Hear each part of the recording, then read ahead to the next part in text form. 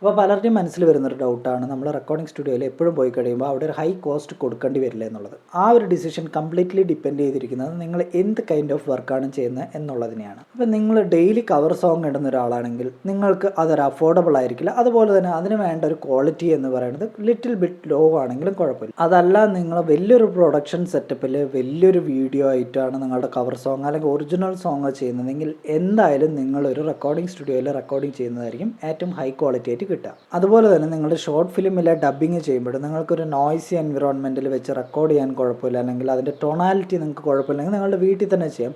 അതേസമയം നിങ്ങൾ high quality ആയിട്ട് ഒരു സ്ഥലത്ത് സബ്മിറ്റ് ചെയ്യാനോ അല്ലെങ്കിൽ ഒരു അവാർഡിന് അയക്കുകയോ അല്ലെങ്കിൽ ഒരു സ്ഥലത്ത് പിച്ച് ചെയ്യാൻ വേണ്ടി അയക്കുമ്പോൾ ഒരു ഷോർട്ട് ഫിലിമിന് വേണ്ട ക്വാളിറ്റി എന്ന് പറയുന്നതിന് ഒരു സ്റ്റാൻഡേർഡ് ഉണ്ട്. അത് കീപ്പ് ചെയ്യണമെങ്കിൽ നിങ്ങൾക്ക് റെക്കോർഡിംഗ് സ്റ്റുഡിയോനെ തന്നെ ഡിപ്പെൻഡ് ചെയ്തേ പറ്റും. അപ്പോൾ ഇതുപോലുള്ള കാര്യങ്ങൾ പഠിക്കാൻ താല്പര്യമുണ്ടെങ്കിൽ നിങ്ങൾക്ക് ഈ ചാനൽ സബ്സ്ക്രൈബ് ചെയ്യാം. അതുപോലെ തന്നെ നിങ്ങൾക്ക് music production and mixing mastering ഓൺലൈനായിട്ട് പഠിക്കാൻ താല്പര്യമുണ്ടെങ്കിൽ താഴെ കാണുന്ന നമ്പറിൽ ഞങ്ങളെ കോൺടാക്ട് ചെയ്യാവുന്നതാണ്.